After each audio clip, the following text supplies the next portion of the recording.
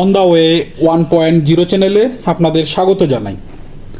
আজকে আপনারা শুনবেন কালকুটের লেখা কোথায় পাবো তারে বইয়ের 19তম পর্ব। তাহলে শুরু করা যাক। ছেলেটিকে খাটের তলা থেকে গাদাখানেক ঝুল কালি ধুলো মেখে শেষ পর্যন্ত বেরোতেই হয়েছিল।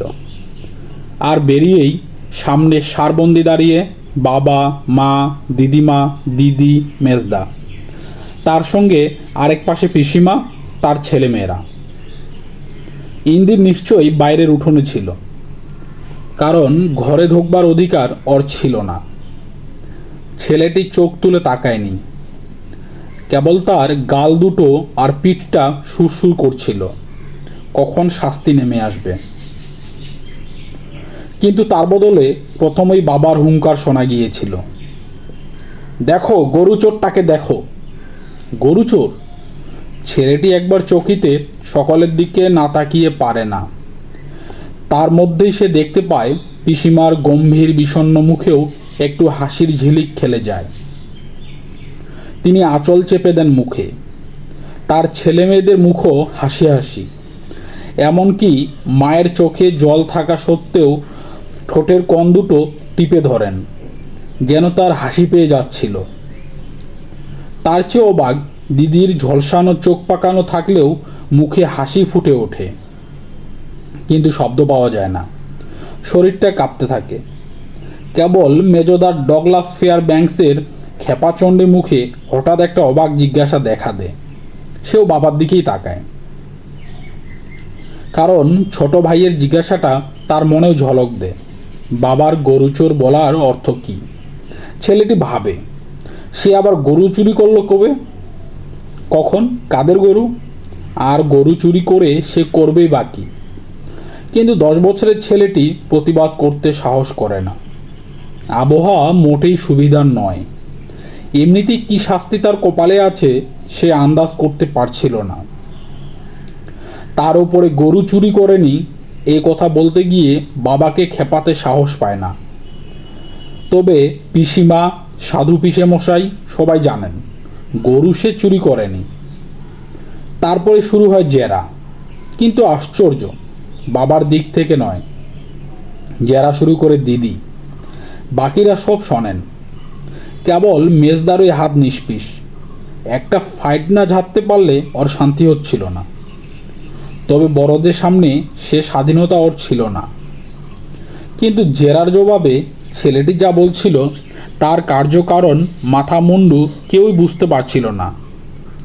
কেন সে ওরকম করে চলে এসেছিল এর জবাবে ছেলেটি সেই এক কথা, এমনি ইচ্ছা হয়েছিল, কেন তা সে জানে না।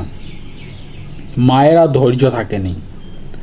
তিনি ঠাস করে এক চর কষিয়েছিলেন, বলেছিলেন, জানবি কেমনে, তোরে যে ভূতে ধরছিল, বলে আর একটি চপেটাঘাত, আর তার সঙ্গে শপথ, তোর ঘাড়ের থেকে আমি ভূত ঝাড়াইয়া দিমু।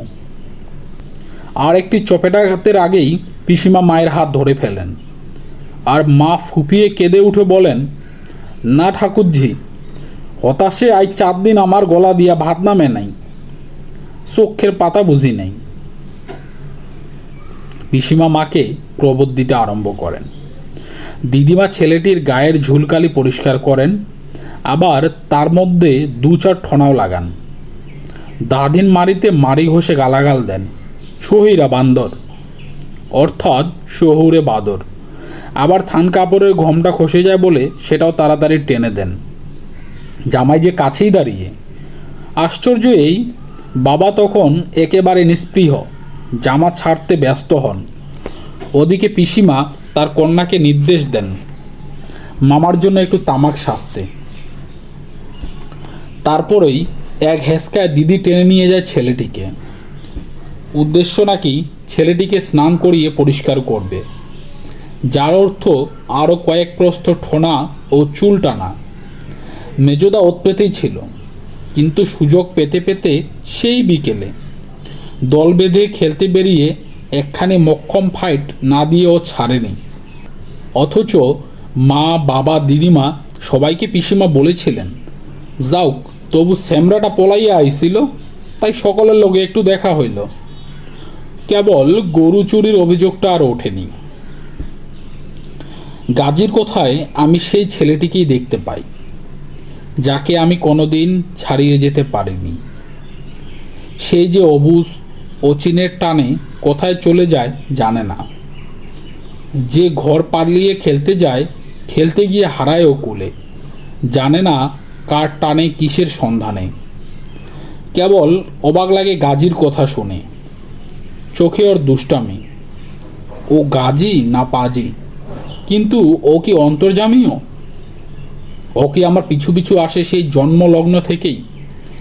আর এই আংড়ি আঙ্গুর মাহাতো বউটি, তার কাজল কালো হাসি চলকানো ডাগর চোখেও কি সেই ছেলেটিকে দেখতে পায়, যার চোখে সকলেই খেলা, সকলেই বিস্ময়? কেন, কে আমাকে এমন অবাক কাজল পরিয়েছে, যা দেখি সবই বিচিত্র, সবই অসামান্য? ও গাজী, তোমার বাবুর ভর হলো নাকি? কথার সঙ্গে হাসির ঝংকার। পাশে তাকিয়ে দেখি আংড়ির মুখ। ধান কাটা মাঠের আলপথ পেরিয়ে কখন উঠে এসেছি বড় সড়কে। এখন আমার এক পাশে আংড়ি, আর এক পাশে গাজী। মাহাতো চলে আগে আগে ব্যাগ ঝুলিয়ে। নেজাটের আকাশের পশ্চিম কোণে রক্তাভায় কালি পড়তে আরম্ভ করেছে। যে দূরগামী পথকে দেখেছিলাম অস্তচ্ছটায় সধবার শীতির মতো লাল, সেই নাক বরাবর পথকে এখন ছায়ামাখা ধূসর দেখি। বন চড়াইয়ের ঝাঁক চোখে পড়ে না আর। পাখিগুলোর ডাক থেমে এসেছে। আংড়ির কথায় সংবিত ফিরে পাই, তার দিকে ফিরে চাই। সে চোখের এক কোণে চেয়ে কালো তারা সরিয়ে নিয়ে যায় অন্য কোণে। গাজী বলে, ভর তো বাবুর হয়েই আছে চাষি, এ যে ঘোরের মানুষ। আংড়ি কথা চালায় গাজীর সঙ্গে, নজর চালে অন্যদিকে। ঘাড় বাঁকিয়ে একবার আমার দিকে দেখে বলে, কেন, মানুষ তো কাঁচা, তার এত ভর ঘর কিসের? তা বললি কি হয় চাষি, ভর জানাদের হয়, তাদের কাঁচা পাকা নাই। আংড়ি ঘাড় দুলিয়ে বলে, তা নয় বুঝলাম, কাঁচা পাকা নাই, তোমার বাবুর হয় কেন? মাহাতো ঘাড় নেড়ে বলে ওঠে, দাও এখন জব দাও, হয় কেন, নইলে সারান নাই। গাজী হাসে, আমি হাসি। স্বামীর ঠাট্টায় আংড়ি জিভ দেখিয়ে ভেঙচি কাটে। হ্যাঁ, তোমাকে বলেছে সারান নাই, তুমি চুপ করো দেখিনি। মাহাতো মুখ ফেরায় না, চলতে চলতে সামনের দিকে মুখ রেখেই বলে, ওই দেখো, আমি তোর হয়েই তো বলি, কথার জব চাই না। এমনি এমনি কথা নাকি? বুঝতে পারি। মাহাতো মশাইয়ের উল্টো দিকে ফেরানো কালো প্রকাণ্ড মুখে বিটলে হাসি ঝলকায়। সাহস করে ফিরে তাকাতে পারে না, পাছে গিন্নির চোখে হাসি ধরা পড়ে যায়। আংড়ি বলে, এমনি হোক অমনি হোক, তোমাকে কথা বলতে বলেছে কে? মাহাতোর সেই এক ভাব, মুখ ফেরাবার নাম নেই। ঘাড়ের কাছে মাংসের চাপে ঘাড় গর্দান প্রায় এক, যেন জাম্বুবান চলেছে। আওয়াজ আসে, তাকেও বলে নাই, তা ওই কথা শুনলি কথা কইতে ইচ্ছা করে কি না, তাই আচ্ছা চুপ করলাম। ভেবেছিলাম আংড়ি বুঝি আবার ঝামটে উঠবে। মাহাতোর কথার মধ্যে হাসি রহস্যের সুটটুকু তো ছিল, কিন্তু আংড়ি নিশ্চুপে হাসে গাজীর দিকে চেয়ে, আবার কর্তার দিকেও তাকায়, তাকিয়ে ইশারা দেয় গাজীকে, যেন বলতে চায়, তোমার মাহাতো চাচাটি ভারী বাজি, খুব চিনি। তারপরে একবার নজর চালিয়ে দেখে নে আমাকে। গাজী বলে, বাবুকে তুমি নিজেই পুষ করো তয়, ভর ঘর কেন হয়? কিসের ভর কিসের ঘর তাই বুঝি না। কি মনে হয় আংড়ির, কি বলতে চায় সে? কি কথা বা বলা বলি করে তারা কে জানে। দেখি আংড়ি হাসে, হাসে আর দাঁত দিয়ে ঠোঁট চেপে হাসি চাপে, আর ঘন ঘন দৃষ্টি চালে। তারপরে হঠাৎ শুনে, কই গো বাবু, বলো না কেন? এবার সরাসরি সোজাসুজি, ঘাড় কাত করে কয়েক মুহূর্ত চোখে চোখ রেখে মুখোমুখি কথা। অবাক লাগে, চমক খাই, হেসে বলি, কি বলবো তাই তো বুঝি না, কিসের ভর কিসের ঘর। আংড়ির বিশ্বাস হয় না, ধন্দ লাগে, তাই অবিশ্বাসে ঘাড় বাঁকায়। ঝিলিঘানা চোখ দুটো কেমন করে যেন পাকায়। পান রাঙানো ঠোঁট ফুলিয়ে গাজীকে বলে, শুনলে তো কথা, তোমার ভাবু ঘর ভর বোঝে না। গাজীর ফাঁকা ঠোঁট হাসিতে এগাল ওগাল ছাড়িয়ে যায়। লাল দাঁত দেখিয়ে বলে, বুঝতে পারলেন না বাবু? চাচি জিজ্ঞেস করে, বাবু আমার এমন কাঁচা, তয় কেন দেওয়ানা হয়েই ঘোরেন? দেওয়ানা কোথায় দেখলে? আমি ঘুরতে বেরিয়েছি। গাজী তাড়াতাড়ি বলে, তাই দেখি কি কথা বাবু?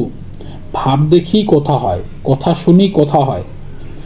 আংড়িও তার সঙ্গে জোরে, দেখে বিভাগী বিভাগী লাগে। গাজী আরও যোগান দেয়, চোখ মুখগুলোন তো আর দেখিয়ে আসতে পারেন নাই। আংড়ি বলে, যেন ঠাইনারা মানুষ, ঠাই কোথায় জানে না। কেন? এত কথা তো ভেবে দেখিনি। এমন জিজ্ঞাসাবাদের জবাবও তাই জানা নেই। কি এক টানে যেন চলি, যে টানের নাম জানা নেই। সেই চলার নির্দেশ কি, তার খবরও পাইনি। তবে দেওয়ানা নই, এটুকু জানি। বিভাগী নই, তাও জানি। ঠাইনারা হয়ে ঠাই খুঁজে ফেরার মানুষও আমি নই। সংসারেতে দানা খুঁটে অন্ন পাই। জীবন যাপনের ভাবনা আমার পাকে পাকে জড়ানো। নিরাপত্তার চিন্তা আমাকে কখনো ছেড়ে যায় না। জগৎজনের সকলের সঙ্গে আমি একাকার, সকলের সঙ্গে আমার পা পড়ে। দেওয়ানি বিভাগী আমি নই, তবু সেই যে এক নাম না জানা টান, যার নাম হদিস কিছুই জানা নেই, তার ব্যাখ্যা করি সে ভাষা আমার অজানা। অতএব এদের কথার কি জবাব দেব বুঝতে পারি না। আংড়ি তখনও বলে, লোকে বলে জানাও মনে মনে জানা, তা তোমার তো দেখি চোখ দুখানে ঠিক আছে, মনের যেন ঠিক ঠিকানা নাই। কেন, ঘর গৃহস্থী বসত সঙ্গত নাই নাকি? বলে আংড়ি একটু চোখ ঘুরিয়ে ভুরু নাচায়। আমি যেন দেখি সব মিলিয়ে আংড়ির শরীর ঘিরে অপরূপ এক নাচের ছন্দ। কিন্তু কথা বলবার আগেই ওদিক থেকে মাহাতোর আওয়াজ আসে, হ্যাঁ জব দিতে হবে, জব চাই। শুনে আমার হাসি সামলানোর দায় হলো। দেখি মাহাতোর কাঁধের ব্যাগটা পর্যন্ত কাঁপে, হাসিতে সেও ফুলছে। এদিকে ভুরু কুঁচকে আংড়ি চায় গাজীর দিকে। গাজীও হাসি চাপতে পারে না, বলে, চাচার যে কথা। আংড়ি বলে, ও সবাই মিলে আমাকে ঠাট্টা করছো? মাহাতো এবার ফেরে, যদিও হাসিতে তার কালো মস্ত মুখখানি ঝকমকিয়ে রয়েছে। হাসি চাপতে চাপতে বলে, কেন, মন্দ কি বলেছি? ও মশাই জব দেন না। আংড়ি অমনি ঝামটা দিয়ে ওঠে, ফের তুমি কথা বলছো?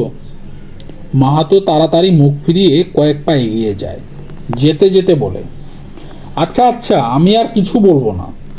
মাহাতোর মধ্যে যে এমন একটি দুষ্টু রসিক রগুড়ে আছে এতক্ষণ বুঝতে পারিনি। ভেবেছিলাম বংশধরের ক্ষুধায় একটা লোক, 10 মিলে চলে। আসলে কোথায় যেন একটা ক্লান্তিতে সে নত, বিষণ্ণতায় আচ্ছন্ন। কিন্তু সে যে এমন রসের ধারায় টকবগানো ধরতে পারেনি। আংড়ির সামনে গলা খুলে হাসতে পারি না, নিঃশব্দে ফুলে ফুলে উঠি। গাজীর অবস্থাও সেই প্রকার। হাসি চাপতে গিয়ে সে দাড়ি ঝাড়া দিয়ে ডাক দিয়ে ওঠে, জয় মুর্শেদ। আংড়ি যেন রেগে বলে, দু চোখে দেখতে পারি না। অথচ দেখতে না পেরেও ব্যাগ কাঁধে, কোমরে চাদর বাঁধা, আগে আগে চলা, ঘাড়ে গর্দানে মাংসল কালো লোকটার দিকে কয়েক মুহূর্ত চেয়ে থাকে। তারপরে আমার দিকে ফিরে ঠোঁটের কোণে একটু হাসি ছিটিয়ে দেয়। কপট রাগ, বিষ নেই, এই কথাটা জানতে পারি। এবার আমার জবাবটা তার পাওয়া উচিত। তাই বলি, সেসব কিছু নয়, আমার সবই আছে। আংড়ি অমনি বলে ওঠে, তাই কি মানে নাকি? মিছে কথা। না, সত্যি বলছি। তবে কি আমরা চোখের মাথা খেয়েছি নাকি? অবাক হয়ে বলি, কেন? আংড়ি বলে, সব থাকলে কাউকে এরকম দেখায় নাকি? যেন দিশ দিশা নাই, ঘর ছাড়া মানুষের ঠিক নাই। এতটা মেনে নেব না। কিন্তু এই যে আংড়ি, এর চোখ আর মন আমার নয়। ওর দেখা বোঝাটাকে আমি সহসা বদলাতে পারি না। তাই যুক্তি তর্কে যাব না, হেসে বলি, সেটা তাহলে আমার কপালের দোষ। অমনি গাজী আওয়াজ দেয়, ওই শোনো, কথা কাকে বলে। আংড়ি ঘাড় ফিরিয়ে চায়, হঠাৎ কিছু বলতে পারে না। বলতে পারে না, কিন্তু চোখ সরিয়ে নেয় না। তার কালো ডাগর চোখে যেন কুলুপ কাঠি। আমার মুখের দরজায় তালা খুঁজে ফেরে, দৃষ্টি দিয়ে বিধিয়ে বিধিয়ে খোঁজে। খুলবে, ধন্দ ঘুচিয়ে দেখবে।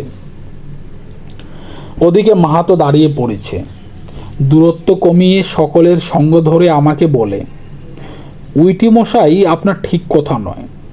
তখন থেকে আমারও মন বলছে এ লোকের সাধন বাঁধন নাই। ভেবেছিলাম আর একবার হাসির জোয়ার লাগবে, কিন্তু মাহাতো মশাই এর ভাবভঙ্গিতে তার হদিশ নেই। আমার থেকে সেটা আংড়ি বেশি বোঝে। তাই সে স্বামীর সঙ্গে তাল দিয়ে বলে ওঠে, আমি তো সেই কথাই বলছি গো, বয়সের বেলা দেখলে বোঝা যায় না, তাই এই বেলাতে কেউ ঠিকানা ছাড়া ঘোরে। বলে আংড়ি হাসে, নিছক হাসি নয়, তাতে সপ্রশ্ন গাম্ভীর্যেরও ছোঁয়া আছে। কি বলবে বলো, বলার কিছু নেই। সকলের ওই নিজের নিজের মন আর স্বভাব বলে কথা আছে। মাহাতো বলে, তবে ওই যে শুনলি সব নাকি ওনার কপাল দোষ। আংড়ি বলে, সে দোষ তাহলে কাটিয়ে দিই আমরা। সে ওষুধ জানা আছে নাকি আঙুল্যতার? অবাক হয়ে চেয়ে দেখি, তার ডাগর চোখের কালো তারায় কি এক গুপ্ত কথা চিকচিক করে। মাহাতো বলে, কি করি? ঘরে নিয়ে ধরে রাখবো। সর্বনাশ, ভেরি বাঁধে নোনাকুলে এইটুকু কি বাকি নাকি আমার? মাহাতোর লাল চোখ দুটো বড় হয়ে ওঠে, বলে, ওই বাবা, ঘরে নিয়ে সরা ধরে রাখবার মন্তর? কথা শুনে আংড়ি হঠাৎ লজ্জা পায়, হাসতে গিয়ে ভুরু কসকায়, ঘাড়ে দলা দিয়ে ঘোমটা টেনে ধমক দেয়, আহ ছি, কি মুখ গো, আমি ধরে রাখবো বলেছি নাকি? মাহাতো যেন অসহায় হয়ে একবার গাজীর দিকে চায়, বলে, তয় কেন, আমার মেয়ে নাই, আমার চাপা নাই ঘরে? শুনে মাহাতো আর গাজী একযোগে অট্ট হেসে মাঠ কাঁপায়। আমি ভাবি, ছড়া ধরবার ফাঁদ যে মেয়ে, সে বিষয়ে আংড়ির নিজস্ব মতে ভুল নেই, কিন্তু সন্তানে মানত করে যে ফেরে, সে রাড়ের তারকেশ্বর থেকে তার আবার চাপা নামের মেয়ে কোথায় থাকে? হাসি শুনে আংড়ি বলে, তাও তো হাসবার কি আছে, মেয়ে কি আমার ফেলনা নাকি? এমন একটা ছেলে কি পাওয়া যাবে না? যাক, সে মেয়ে যেই হোক, এটা জানা গেল আংড়ি শাশুড়ি হয়ে আমাকে ধরে রাখতে চায়। এমন নির্জস ঠাট্টা থেকে নিজেকে সরিয়ে রাখবো ভাবতে পারি না। মাহাতোও সেই কথাই বলে, তাই বল, তোর চম্পাবতীকে দিয়েই ছেলে ধরবি, তা মেয়েকে আমাদের কেউ ফেলনা বলতে পারবে না? আংড়ি আবার বলে, আর আজকাল জাতের কথা অত কেউ ভাবে না। এতখানিও আংড়ি জানা আছে। সে আরও বলে, ঘর দেব, জমি দেব, মেয়ে দেব, কোনো কিছুতে ফাঁক রাখবো না। দেখো রাজি আসো? আমাকেই জিজ্ঞেস করে।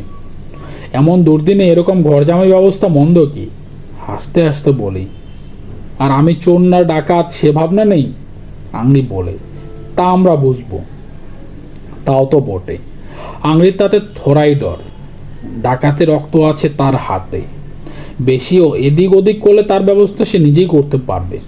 জিজ্ঞেস করি, কিন্তু মেয়ে এলো কোত্থেকে? আংড়ি জবাব দেয়, যেখান থেকে আসে, বাপ মায়ের মেয়ে। 2 বছরের মেয়ে যখন বাপ মা দুটোই গেল ওলা ওঠায়, সেই থেকে আমার কাছে। এখন বয়স 13 বছর, তা কম নয়, উপযুক্ত বয়স বটে। আজ ও বেলাতেই তার নমুনা দেখেছি।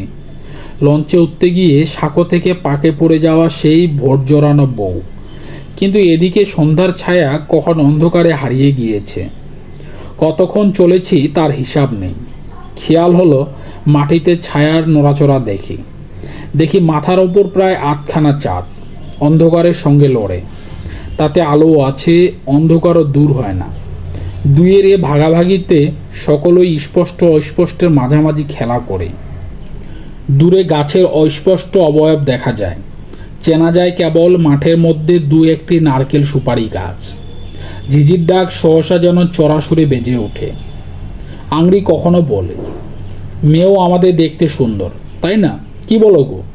মাহাতোর জবাবে আবার একটা হাসির জোয়ার লাগবে সেই আশাতে থাকি, কিন্তু আশ্চর্য হয়ে শুনি মাহাতোর গলায় কেবল শব্দ বাজে, এতক্ষণে সহসা আমার সন্দেহ হয় আংড়ি ঠাট্টা করে না। একে সারল্য বলে না অজ্ঞানতা বলে বলতে পারি না, কিন্তু নিজের ভাগ্যের দিকে চেয়ে মনে মনে না হেসে পারি না। কোনো এক মাহাতো বউয়ের কল্পনাকে যে আমি এতখানি উস্কে দিতে পারি ধারণা ছিল না। আংড়ি কথা বলে না, প্রস্তাব করে বলে চলে, ফর্সা রং, এক পিঠ চুল, এত বড় চোখের ফাঁক। আংড়ি কথা শেষ করতে পারে না। মাহাতো বলে ওঠে, এই দেখ আংড়ি, এবার থাম, পাগল হলি নাকি? অস্পষ্ট আলোয় দেখি আংড়ি আমার দিকে একবার চায়, আবার স্বামীর দিকে। মাহাতো তখন তার স্ত্রীর পাশে, আবার বলে, সংসারটা ভগবান তোর মতন গড়ে নাই। যাকে তোর ভালো লাগবে তাকে তুই ধরে রাখতে চাইবি, তাই কি হয় নাকি? উনি এলেন কোত্থেকে, যাবেন কমনে, তুই চাপা দিয়ে ধরবি ওনাকে? বলে একটু থামে, তারপর আবার বলে, অনেক দূর আসা হয়েছে, আর না, এবার এরা ফিরে যাক, ফিরতে হবি তো আবার। বলে সে নিজেই দাঁড়িয়ে পড়ে। আমরা সবাই দাঁড়াই। আমাদের পাশেই একটা নাম না জানা ঝাড়ালো বেটে গাছ, এমন ঝাড়ালো একেবারে নিশ্ছিদ্র। তাকে ঘিরে ঝিকিমিকি জোনাকি জ্বলে, আকাশে জ্বলে মিটিমিটি তারা। অস্পষ্ট আলোয় তাকাই আংড়ির দিকে। আংড়ি আমার দিকেই চেয়ে রয়েছে। যদি ঠিক দেখে থাকি তবে তার চেয়ে থাকার মধ্যে তখনও জিজ্ঞাসা। আমি বলি, এবার তবে ফেরা যাক। তবে একবার আমার বলতে ইচ্ছা করে, আমি যে তার ফর্সা রং, এক পিঠ চুল, বড় চোখের ফাঁক চম্পাবতীকে নিয়ে ধরা দিয়ে থাকতে পারবো না, তার জন্য দুঃখিত। বলতে গেলে পাছে এই নিরর্থক প্রসঙ্গ আরও দীর্ঘতর হয়, তাই বলতে পারি না। কিন্তু আংড়িও আর তা বলে না। আসলে ভোর আর ঘোর আমার নয়, আংড়ির। তার মধ্যে কোনো বাস্তব অবাস্তবের প্রশ্ন নেই। স্বামীর কথায় তার সংবিত ফেরে, কেবল বলে, তবে বাপু, এ বেলাতে এমন ঠিক ঠিকানা ছাড়া ভালো নয়, এই বলে দিলাম। আমাদের ভোলাখালিতে আসবে কবে? বলি, সময়ের কথা ঠিক বলতে পারি না, এক সময়ে ঠিক এসে পড়ব। আংড়ি বলে, যার নিজের কোনো ঠিকানা নাই সে কি ঠিক করে কিছু বলতে পারে? এ কথার কোনো জবাব দিতে পারে না, কেননা জানি এই কথা দেওয়াও অবাস্তব। আজ এই মুহূর্তে যে আমি এখানে, তাও যেমন হিসাবের বাইরে, কথা দেওয়াটাও তেমনি হবে। কিন্তু মনে মনে বলি, ভোলাখালিতে একদিন আমি আসবো, যেন আসতে পারি। এই সময়ে মাহাতো ফস করে একটা বিড়ি ধরায়। আংড়ি সেদিকে তাকিয়ে বলে, ও মা, একটা বিড়ি ধরালে, আমাকে একটা দিলে না?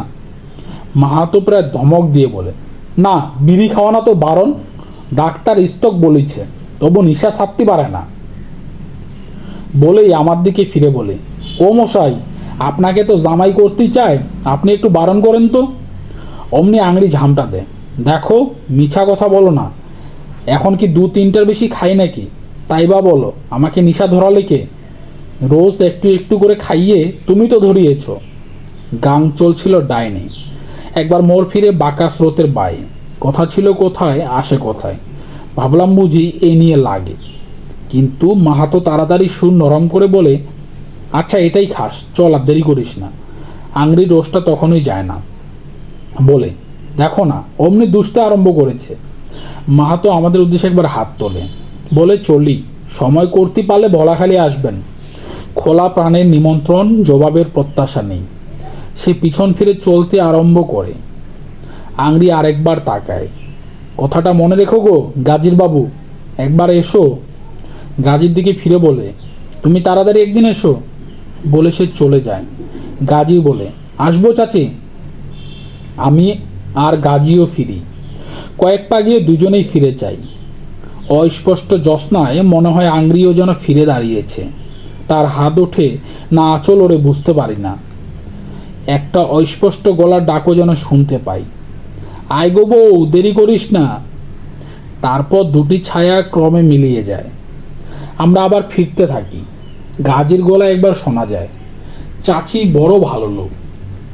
সে কথার কোনো জবাব দিই না, আমার কথা বলতে ইচ্ছা করে না। কেবল আংড়ির মুখখানি চোখের সামনে ভাসতে থাকে। সে ভালো না মন্দ সে ভাবনা আসে না মনে। ভাবি সাহিত্যের থেকে জীবন কত বড়। তুমি যখন কলম নিয়ে ভাবো, কলম নিয়ে রচো, তখন তোমার বিধিবিধান সামঞ্জস্য যুক্তি কলমের চালে চলে। জীবন তার চেয়ে অনেক বিস্ময়কর, বিচিত্রতর। সে এমনি অমানিত, যুক্তি তো অথই। সে কোনো কিছুর অধীন নয়।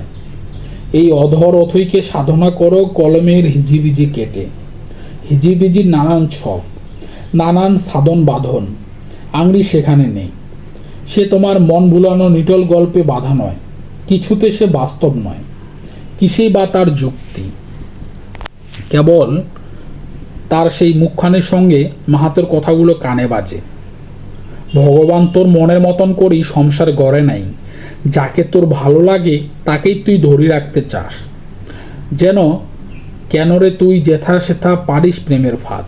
এ কি রেয়াজ বলো, যুক্তি কি দেবে হে? যুক্তি কেবল সেখানে যেখানে আংড়ি এখনো শুধুই মেয়ে। আপন রক্ত সঞ্চারে আজিও যার ফল ফলেনি, তবু দেখো কত না ফুল যেন তাকে ঘিরে ফুটেছে, যেন গন্ধ পাই। দেখো কত না ফলে যেন সে ফলবতী, ক্ষুধা যেন মিটে যায়। অতএব বুঝে দেখো মন, সংসার যার নিজের মতো গড়া নয়, তবু হাত বাড়িয়ে ফেরে। কত আঘাত তাকে সইতে হয়, তাই সে মানুষে দেখে চিনতে পারে। আর একবার পিছন ফিরি, কিছুই দেখা যায় না। ননা গাঙ্গের কূলে অস্পষ্ট কুহেলি জ্যোৎস্নায় অবাধ নিঝুম প্রকৃতি। মনে মনে বলি, যা খুঁজে ফিরি নিরুদ্দেশে, সেই চলাতে একবার আসব। এমন নেমন্তন কি কখনো ভুলি? আজকের মতো এই পর্যন্তই। কথা হবে পরবর্তী কোনো পর্বে। আর আমি সকল শ্রোতার কাছে আন্তরিকভাবে ক্ষমা প্রার্থী। আমার ব্যক্তিগত কিছু সমস্যা এবং সময়ের অভাবের কারণে বই রেকর্ড করতে দেরি হয়। আমি চেষ্টা করব দ্রুত বইয়ে রেকর্ড করার জন্য। ধন্যবাদ, ভালো থাকবেন। কথা হবে অন্য পর্বে। নমস্কার।